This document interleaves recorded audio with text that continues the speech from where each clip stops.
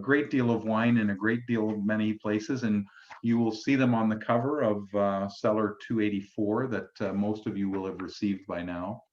And thank you, Eugenie and Louis. And I asked Louis if you like Louis, Louis, or Lou, and he said he didn't care. So I'll call them all three throughout the hour.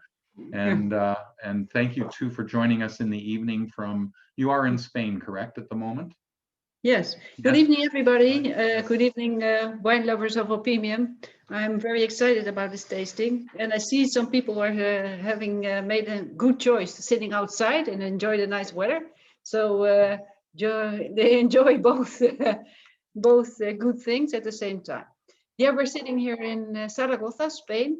It's just in the middle between Madrid and Barcelona. It's a beautiful city. It has some Roman, it is founded by the Romans, and we have a lot of monuments here and a beautiful river called the Ebro. And it's like the center of the country, in the middle of the country, and we have a continental climate, so we have cold winters and very hot summers. But lately the winters are not so cold anymore, and compared to Canada, it's next to nothing, as you can imagine. Through that. Yeah. So Eugenie, I'll have you get started. But what I did forget to tell people is that if you don't mind asking questions through the chat. So if you are new to Zoom, if you move your cursor on your screen, you'll see a toolbar come up along the bottom, and you'll see the word chat. If you click on that, don't worry, it won't do anything bad. There'll be a bar that will come up on your right-hand side for most. It does come up on the left for some. And all you have to do is type a question in there. And Anais, thank you for arranging this from head office. She's here and she will be watching for your questions. And as Eugenie and Louis talk about their wines at a suitable break, Anais or myself will ask your question on your behalf. So cheers, everybody, and cheers, Eugenie and Louis, and off we go. Thank you. Well, today we're going to have you have some insights from Spain and take you on a tour in Spain. We call ourselves the ambassadors of Spanish wines. We came 30 years ago to Spain in love of the country and in love of the wine. And after we started in 1999, Axial Vinos, from our living room in Barbastro, we own now 3 wineries ourselves. One in the Navarra area, which is in the northern of Spain, close to the Pyrenees. One in the close to Zaragoza, which is about 40 kilometers from Zaragoza, which is our most personal project, founded in 2016, which is called Boden Bodegas, and there we make the lovely wines of Oxte and the Marquesas de Atiza. And finally, we have a very artisanal project in the area, also very close to Zaragoza, about 50 kilometers of the direction of Logroño, Rioja, which is called Prados, where there we make all the artisanal wines, and these are also certified as sustainable wines in EcoPro wine. And there we even do food trading, and everything is done by hand. We do the harvest by hand, and we have the open top fermenters. So every winery has its own area in winemaking with 3 different winemakers. And we also have mainly focused on the Garnacha grape. We call ourselves Garnacha specialists because we have about more than 100 years of experience making Garnacha grape wines, which are very fruity and very splendid because we have so many winemakers with so much experience and so much experience ourselves. Great. So that's about the Aragon area, our own wineries. And then we have a great collaboration with the Vallobera wines from Rioja. Javier Sanpedo is a very good friend of us. We started also with working with him in 1999. Vallobera is the name of the Valley of the Wolf in Spanish. It's Valle de Lobos, so the Valley of the Wolves. And he was quite a rebellious person because his father, he used to sell bulk wine. And when he was very young, he wanted to start his own winery. His father disencouraged him, but he worked on it and he came through. And now he has a great winery. He makes really great wines of the Garciano grape, which is not very well known grape of the Rioja area, but it's very fruity and very nice. We have a very nice wine with it, the Graciano. And then maybe, of course, in Rioja, it's the Tempranillo grape variety. And then we can take you on a tour to Navarra. Let me see. I'm missing here the Cava, but we will go on later on. Cava is close to Barcelona, and that's the traditional method, champagne made bubbles, which are very popular everywhere. You got advice, Michael, when I need to do that pop. Yes, absolutely. And I think that if you think that belongs at the front end of your tastings with we're going to go on a journey with the 5 wines you have open. If you'd like to do the Cava first, please feel free to do so. Entirely up to you what you think is most appropriate. And I've got a question already. When you mentioned that the Cava is done in traditional method, not all Cavas are, correct? Some Cavas are made in tank method. And no, the Cava is always traditional method. Oh, it is. Okay. Yeah. It has to be. It has to be. See, I learned something new at each one of these. You can't call it Cava. Yeah.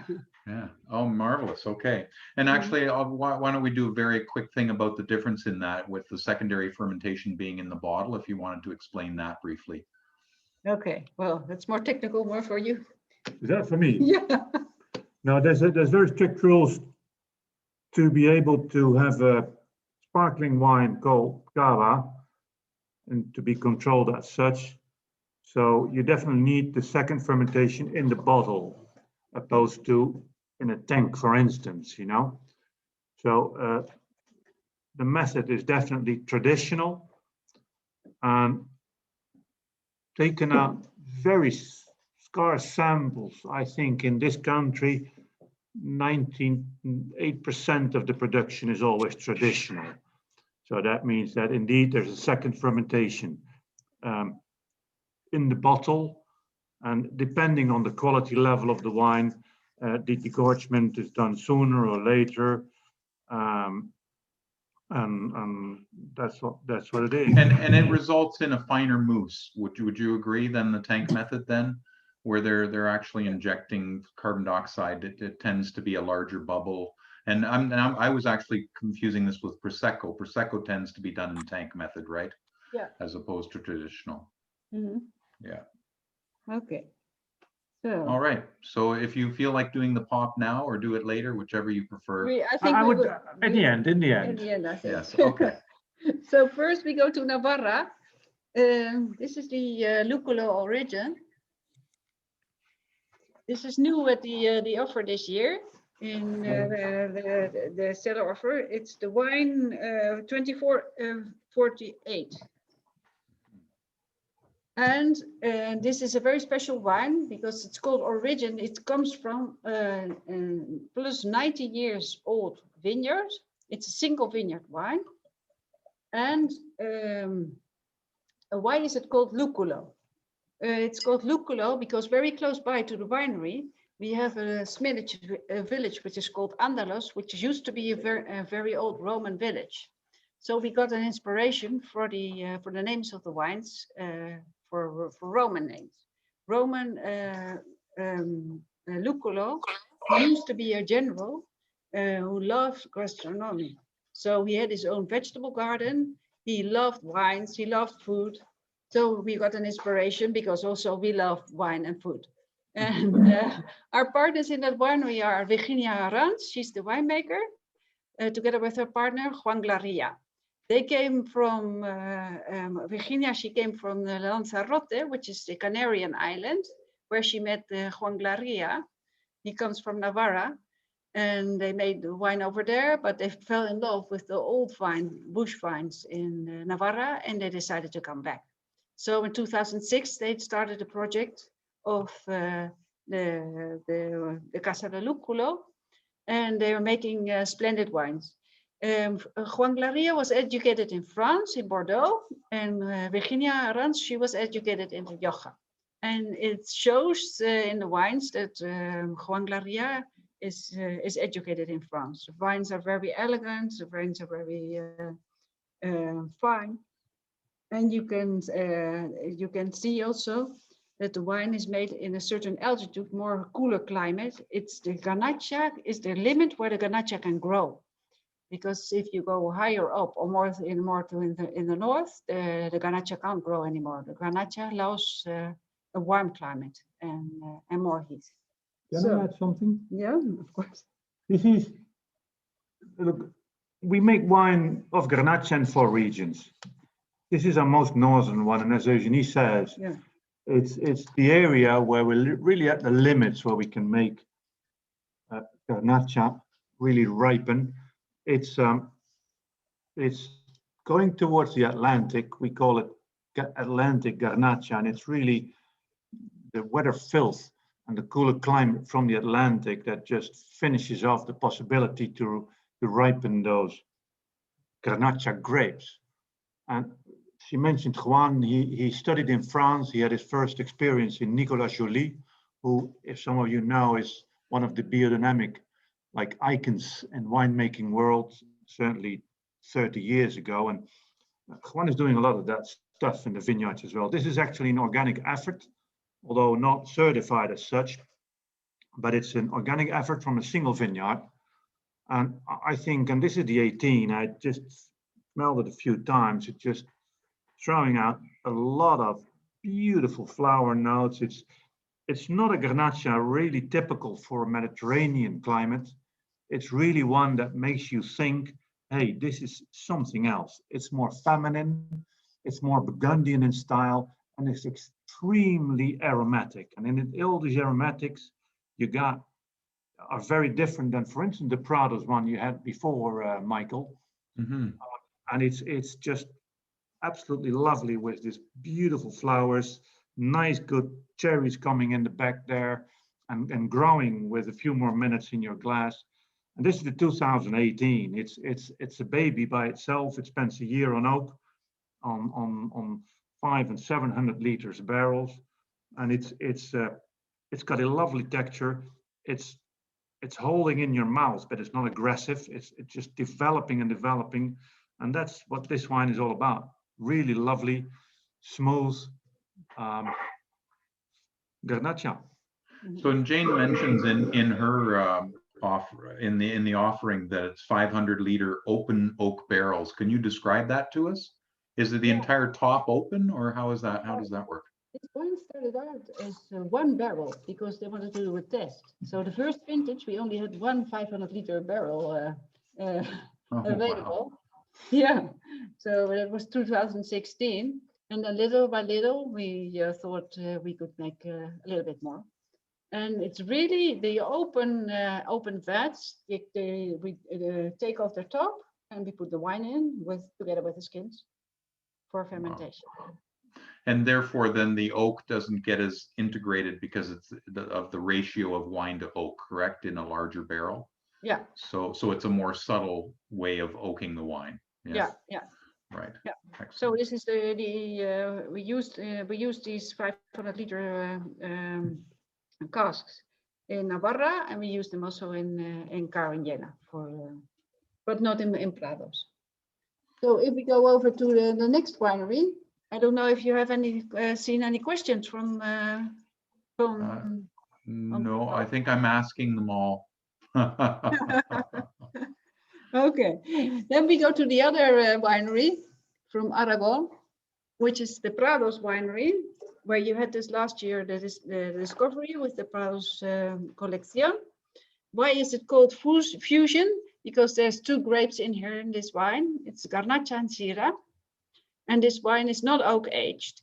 It's a young wine, but it's made in a traditional, really traditional way. The grapes are brought in a small cask and harvested by hand.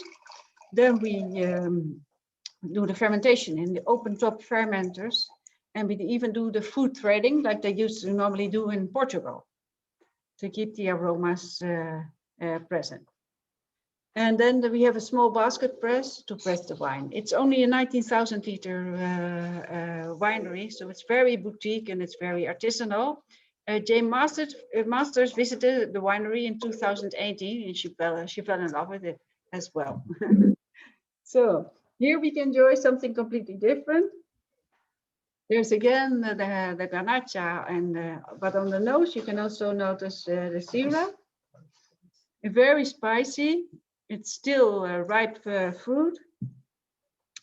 And there's no oak aging in this wine. It's silky in the mouth.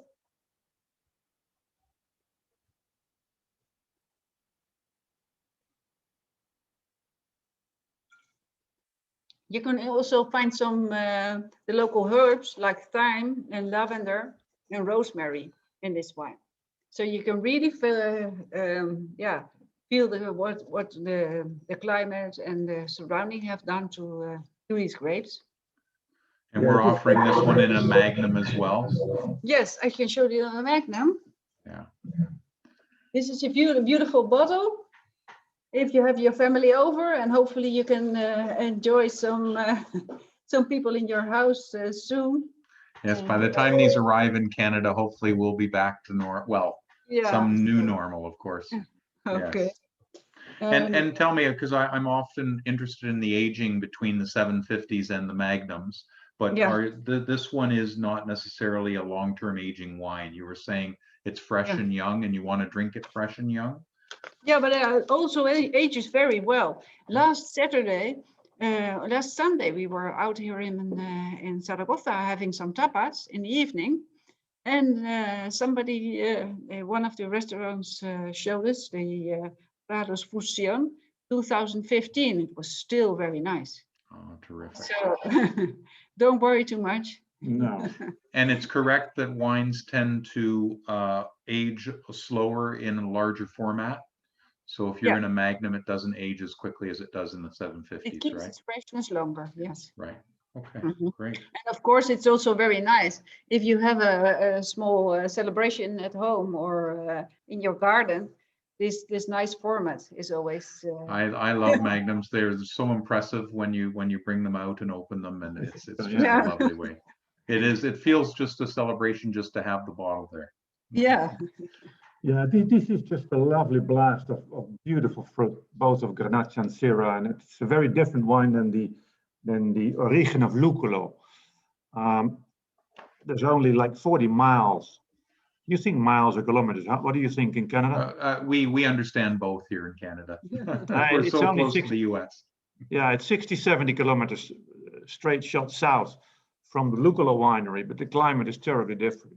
Very, very different. This is a lot more the Spanish continental climate, and you get that warm fruit coming out of the glass. You get that lovely Mediterranean. Yeah, you mentioned it, Eugenie, herbal stuff coming out. It's just a gorgeous treat. And this kind of wines, which is unoaked, I would tilt them a bit in the fridge, just before opening, half hour in the fridge. It's just it's lovely also with barbecues when it's a bit warmer, and it's just very versatile wine because there's not a lot of tannins in there. You can have it with any kind of food, really. And what our writer has said that it's beef short rib with sherry glaze. So this would go well with a beef, yes? Yes. But, yeah. And also with some lamb chops, maybe. I don't know if you eat a lot of lamb in Canada. We do. Here we do. Or certainly I do. Yeah. It's also a nice combination. Yeah, great. Okay, baby, what's next? What's next? Now we're going to the next tour is for the Oxter wines. The Oxter wines, there's a range of 3 this year. Last year there was only this the Sunrise and the Leaf, and this year the Masks is new. This the Oxter is a red blend of 4 different grapes: Cabernet, Tempranillo, Garnacha, and fourth one. And Syrah. Syrah, yeah. And then here this is a blend of Tempranillo and Garnacha. And there, this is a single variety wine from Garnacha. And all they're made in a different way. These are Cellar offers. The 24.49 is the sunrise. Then the 24.50 is the leaf. And the 24.51 is the mask. Great. Yeah. Oxt is just like an exclamation. It's not a word they use very lot in Spain, but we have a beautiful poem with this brand, because it's an homage to the silence. Because I think everything is so noisy now. It's every moment you have all the messages on your mobile telephone or noises around you or whatever. So I think we appreciate the silence a little bit more. So if you can't speak and you can't add something interesting to in words, then Shut up. the wine will speak for itself. That's why. Then you say Oxta. Then you say Oxta. Yeah. And Kim Chen tells us that it pairs really well with Manchego cheese, and I know that she's tried this pairing. Yeah. Well, Manchego cheese, of course, and or Spanish ham or some other tapas. This wine is very enjoyable for every day. You can have it as an aperitif just when you preparing your food, or watching some Netflix series in the evening, maybe. Yes. So nice these wines, light everyday drinking is what you're saying. Yeah. Yes. Yeah. These wines are also certified vegan wines. Oh. Yeah. So And we that's did becoming more and more important to our members. Absolutely. So, Yeah. No, we did this already 6 years ago. We were some sort of early adopters, and you can know there's a little bit of oak age in this wine, so 2 months. So you can also find some oakiness here, but very, very lightly. It's more like coca and coffee.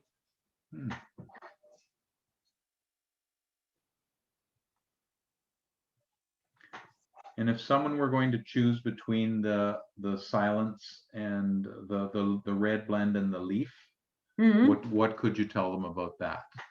Well, they're completely To buy different. both first, yes. Yeah, they're completely different.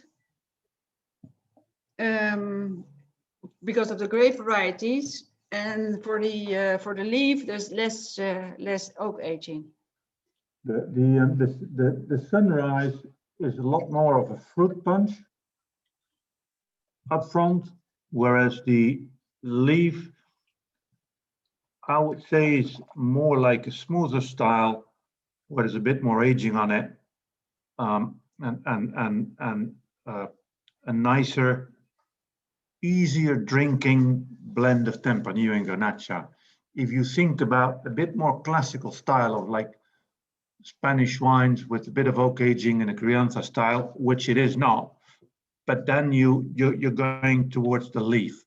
If you want to have a young fruit-driven wine with a lot of punch on the nose and just that fruit banging in on your palate, that's the sunrise. That's the difference in style. Excellently described. Thank you. So this, now we go to the special one, the mask. This is new this year. This is 100% Garnacha. This is coming from our newest winery, Bona Bodegas, the whole range. And this wine is made in a different way because we did whole bunch fermentation and just destemming, so both ways. And then we aged this wine also in 3 different ways. A part of it in oak, a part of it in these ovoid tanks from polyethylene, and also in stainless steel. So it's a completely blend of all different kinds of winemaking methods. The Garnacha here in that area from Cariñena, which is also close to Zaragoza, where the altitude is less, it's about 400 and 600 meters, and then you have these cold winds coming in, blowing in from the Ebro Valley. There's called the Desierto. So it's like, yeah, I don't know, how would you go? I don't know if you have a windy area in your in your country, but it's yeah, it's One very doesn't come to cold. mind immediately. Yeah. No, maybe Chicago, like the windy Yeah. city. Right. Yes. Zaragoza is like the windy cities, like Chicago. Okay.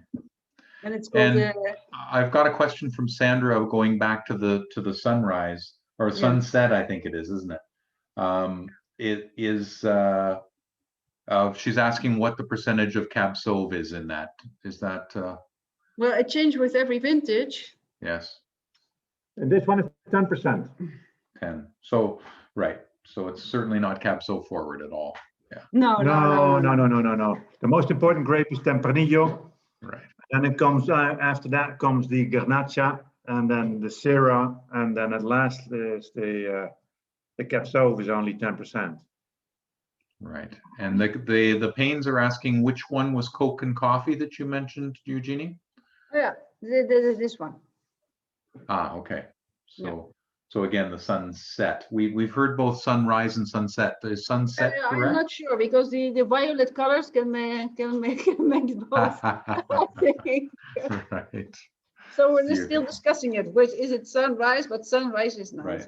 But 2449, we know that for I sure. think it's where your dreams go to. Yeah. Yes, right. Depends on the day. And can you talk about how you chose the name The Mask? Because of the image is on there. Ah, okay. It's made by an artist. He's very close to our area. It's called Enrique Torrijos. He's from Huesca, which is a village which is about 50 kilometers direction of the Pyrenees. And he made this picture while he was a young guy, and he didn't know quite well who he was himself. He was a little bit frustrated, so he wanted to break free. That's why the half of his face is still covered. He's not sure yet what to do. Huh? I asked him, yeah. But now he's a little bit more aged, so now he's free. He can do what he will.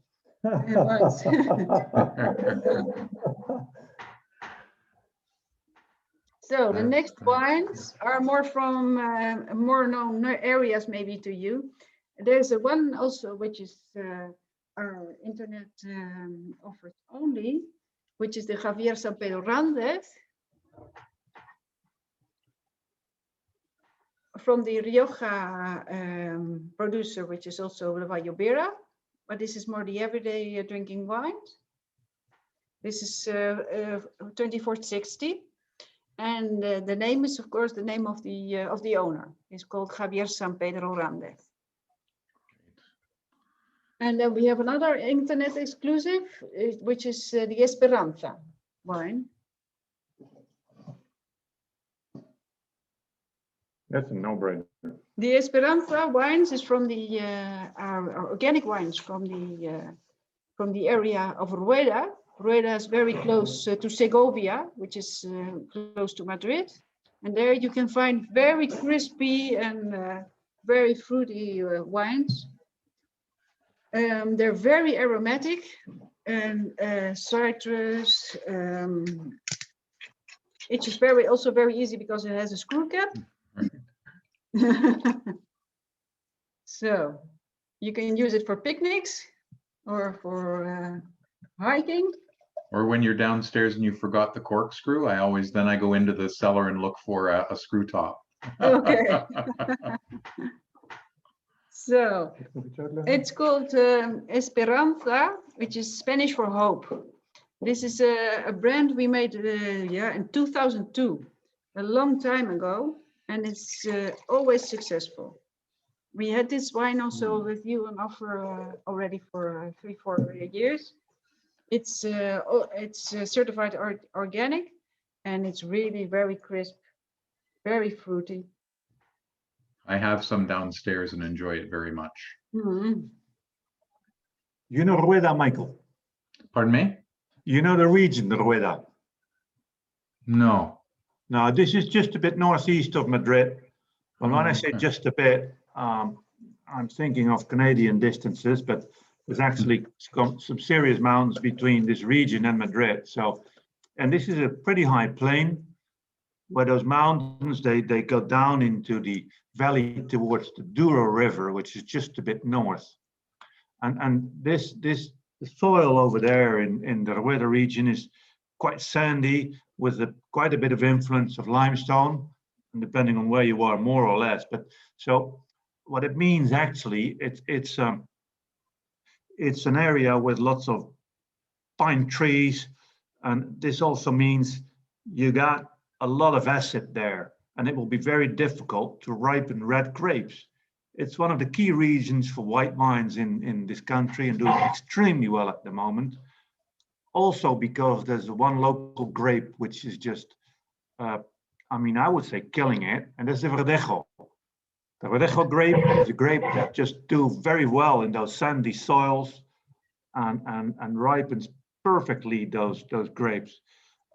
This is 100% Verdejo effort with, I would say, the most spectacular fruit you can get out of that grape. When I say that, I mean that just extremely strong, fresh, all kind of very, I would say, what's the word in English? Kruisbessen. Gooseberries? Yeah. I don't know. I'm sorry. That was Dutch what I did there, right? Yeah, that's okay. It's, I speak German when I can't think of a word. It's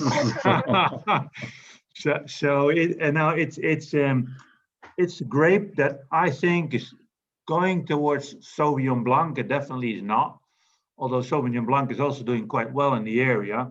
Very aromatic, extremely good acidity. And it's a wine that, this is 2020. It's a beautiful vintage, and it's got a lot of skin contact before the fermentation goes on. So there's a bit more structure. There's a bit more smoothness as well. The wine stays on the lees as well, which gives a lot of smoothness afterwards in the wine. And it's a wine that will do very well over the next 2 or 3 years. This is not the wine that you say it's got to be the youngest immediately, but and it's really good stuff, yeah. And feel free to tell me I'm wrong, but I get the sense that if someone knows a Sauvignon Blanc, that's got that acidity and a really hard edge, where this one has the acidity but a softer edge. Does that make sense? Yeah, that makes a lot of sense, yeah. Okay. Yeah. And you can pair it with all kind of foods or drink it on its own, which is also very nice just an aperitif, or when the weather is nice, you go outside. It's very easy. So I urge those of you on the call to have a look at our web exclusive wines. They're equally as good as those in the catalog. The reason that we're doing web exclusive, we wanted to offer everybody a wider range, but it's very expensive to print and mail this catalog. So we have to keep it to a certain number of pages. And so we deliberately put some wines as web exclusive. So it's well worth you going on the website at opinion.ca. And when you start scrolling the wines, you can see we've put a green logo on it that says web exclusive, and you'll see that those are ones that are not in the catalog. But when you click on that one, it takes you to a page that's got the full description so that you can see everything about that wine. Yeah. Thanks for letting me get that plug in, Eugenie. Okay. So, as we know, we're in the white wines. We changed. This is also a white wine from the area of Dio Cariñena, from our own winery, Boden Bodegas. It's called the Marquesa de Atiza because there's so many marquises. I thought it would be nice there also would be a lady. Huh? Perfect. That's why it's called the Marquesa, and it's made of Garnacha Blanca grape, which is also, and Macabeo, which is a blend. Garnacha Blanca used to be planted a lot in Spain. It's the white Grenache, but it was uprooted in a lot of areas. So now there's a tendency to replant it again. It's making surprisingly good wines, and maybe Louis can describe how the wine tastes. We've been planting white Garnacha Blanca, over the last few years. And it was the last year in the 2019 vintage when we first produced a good enough volume of the Garnacha Blanca to work with the vine of it in our wines.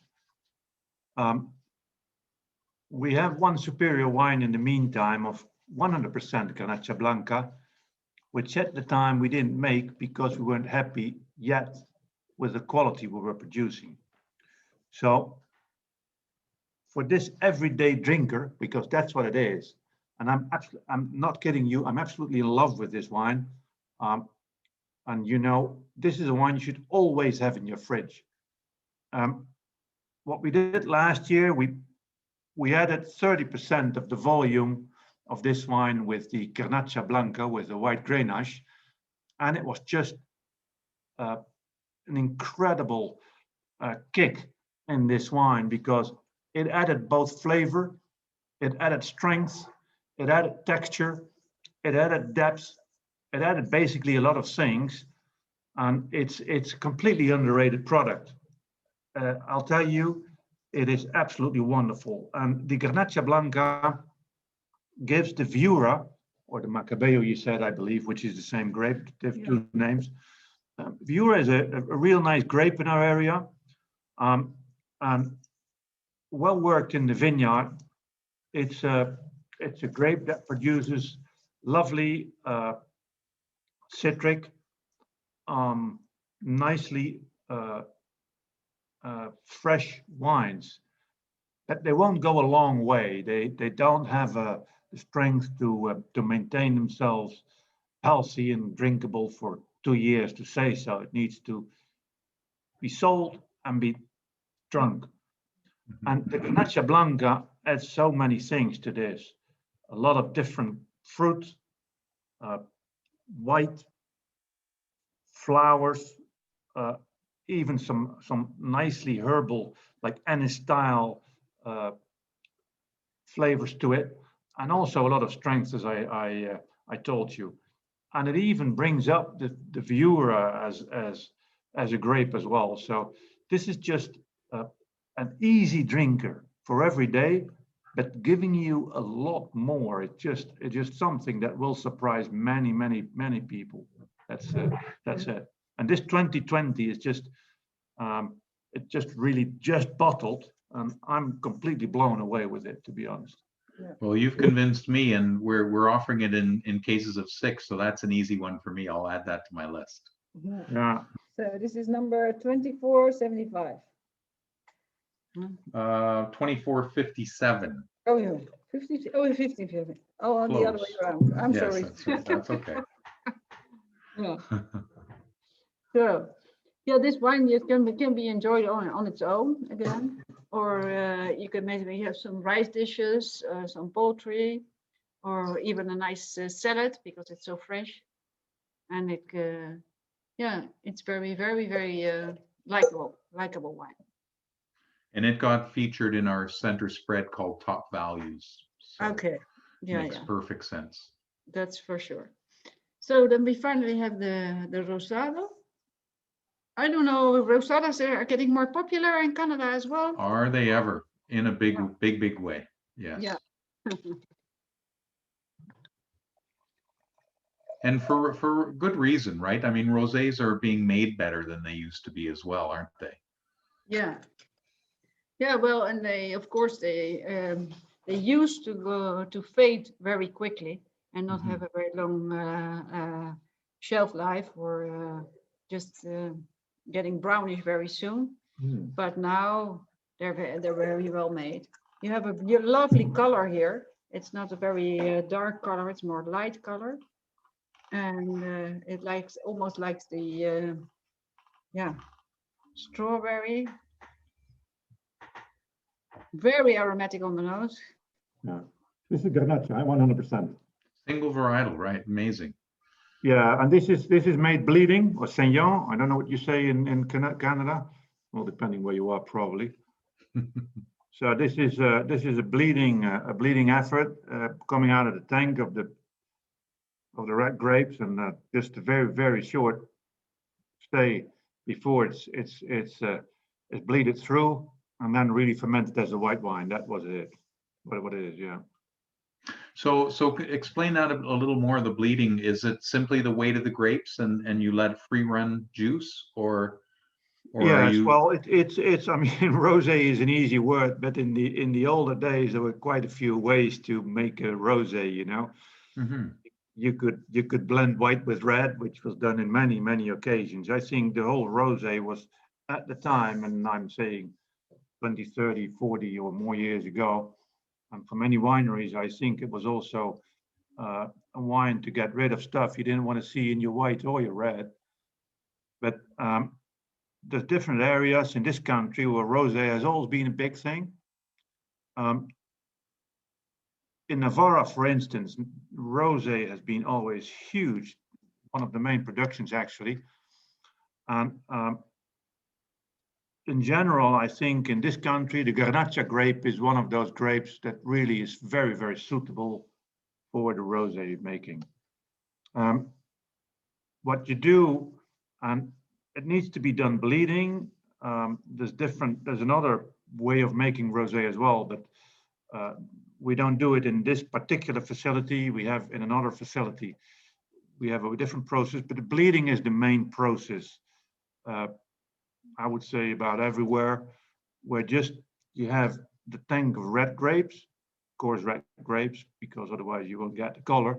But and then you leave just after crushing a bit and the grapes in the tank, setting them like, and depending completely even on the tank, for 2 hours, for 3 hours, 4 hours, and then you let it bleed through the must that is already taken a bit of color. You let it bleed out, and you get just a lightly colored juice that, depending on the grape, depending on the time, gives this very shiny pinky color, you know. And from there it goes straight into a tank where you ferment it really as a white wine. So that means at very cool temperature, with fermentations like at between 14, 15, 16 degrees, where you maintain really all that freshness, and not only the freshness, I mean, also those really lovely flavors of like small red berries, strawberries, raspberries, and things like that. That's what you're really going for. Mhm. And that's it. Sounds delicious. And it brings a little bit of body and some of some very light tannins with it too as it bleeds, doesn't it? Yeah. Yes. Yeah. Right. Well, here you can have all kind of foods with it. I don't know how you normally take a rosado, but Yeah, we've got a charcuterie plate and grilled vegetable kebabs with it, which I think does cover all of the areas. Yeah. So that's good. well, it's also Yeah. nice with some rice dish. If you make some or make some chicken with the rice, it can also be Yeah. very nice. And a good sipper on the back porch as well, right? Yeah. Yes. So everybody's looking forward to go outside, huh? For the nice Yes. weather and having Oh. barbecues, seeing friends. Absolutely. Seeing friends and family. That's what we all miss most, I think. Yeah. Here in Ontario, they started to allow us to book campsites, and of course they all went within a couple of hours because Oh people are just wow! Yeah. they just you can't get one anymore. They're Yeah. gone. So Right. so shall we pop a cork and celebrate Yes. the day? Well, that's also funny because in Spain, cava is not really for celebration. Really? People they have it with all kind of foods, but during the whole meal they're enjoying it, Right. especially in Yes. Catalonia. Right. Yeah. So not for a birthday or the graduation or an anniversary. No, they're drinking it like everyday wine and enjoying during the whole meal. Right. Now And you need that top, right? here's my favorite sound. Oh, yeah. Oh. It was very soft. No, it was, wasn't it? Sorry You're for too that good one. at that, Louis. That's the problem. You did it right, but then you don't get that. Oh, I'm envious. I should run down and get some right now, but I won't. Yeah. I've already So I had feel my. a little bit sad. You don't have the wine yet over there. Yeah, that's You right. have to wait for a few months. So this is also this is a wine a brand with a story. We made this brand in 2009, and we had a lovely label for red wine, which was a piggy, and we didn't have a name yet. So my son was by that time he was like 13 years old, and then we did a session with him, a creative session. What name, what brand could we give it? So we came up with the farm, but the farm on itself you can't register, La Granja, which is the Spanish for the farm. So we had to find something else on it. So that's why we called it 360. By that time, he was a very skater. He used to skate, and he did his turnarounds of 360. And this label, of course, you can see a duck, but a duck has its feathers. So it's not a traditional duck. Huh? And this Very wine, it's cool. also, yeah, it's still successful and selling everywhere in the world. So this cava, you can see very, very, very nice small bubbles. Beautiful. I can hope you can appreciate them. Very, very well, and incredibly well, in fact. Yeah. Yeah. Cheers. Cheers. Cheers. Cheers to everybody. Yeah. Well, and thank you so very much for joining us today. We really, really appreciate it. Mm-hmm. And I'm just seeing if there are any, talk about the 2459. What are we talking about there? The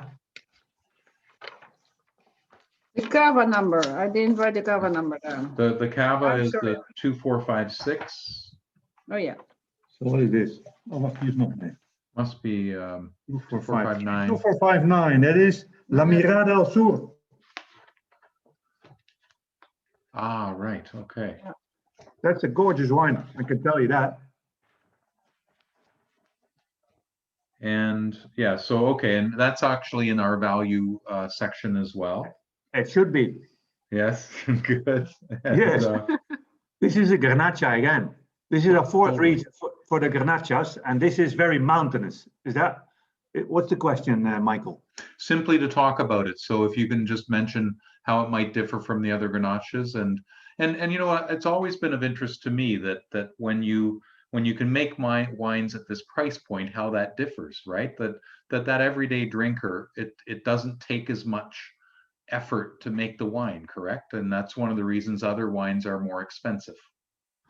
Well, this is coming. This is actually, I told you before, Garnacha in four regions. This is the fourth, and this is the only region where we don't own the winery. It's our winemaker Manuel Castro, with whom we also make the Atiza wines, the white and the rosé, and the Oxty wines.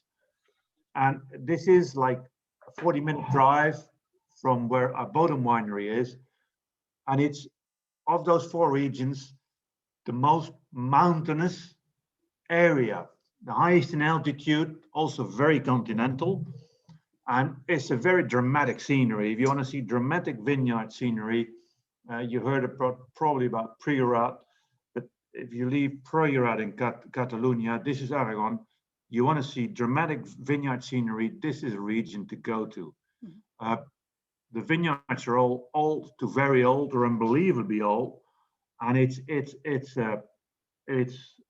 just spectacular. The Garnacha come from vineyards between 700 to 1100 meters in altitude. If you go up higher, there's higher vineyards, but that's only for white grapes because the red doesn't ripen anymore. Now, this is important to understand because what this means that you got really ripe, but really fresh Garnacha. It's not cooked fruit flavors. It's, I mean, very bright, vibrant, black cherry, lots of spice, lots of peppery spice to it. And this is a wine which is unoaked. It brings the best out of, I would say, high altitude Garnacha, and it just absolutely marvelous. You were surprised, Eugenie, I think, before we went through the.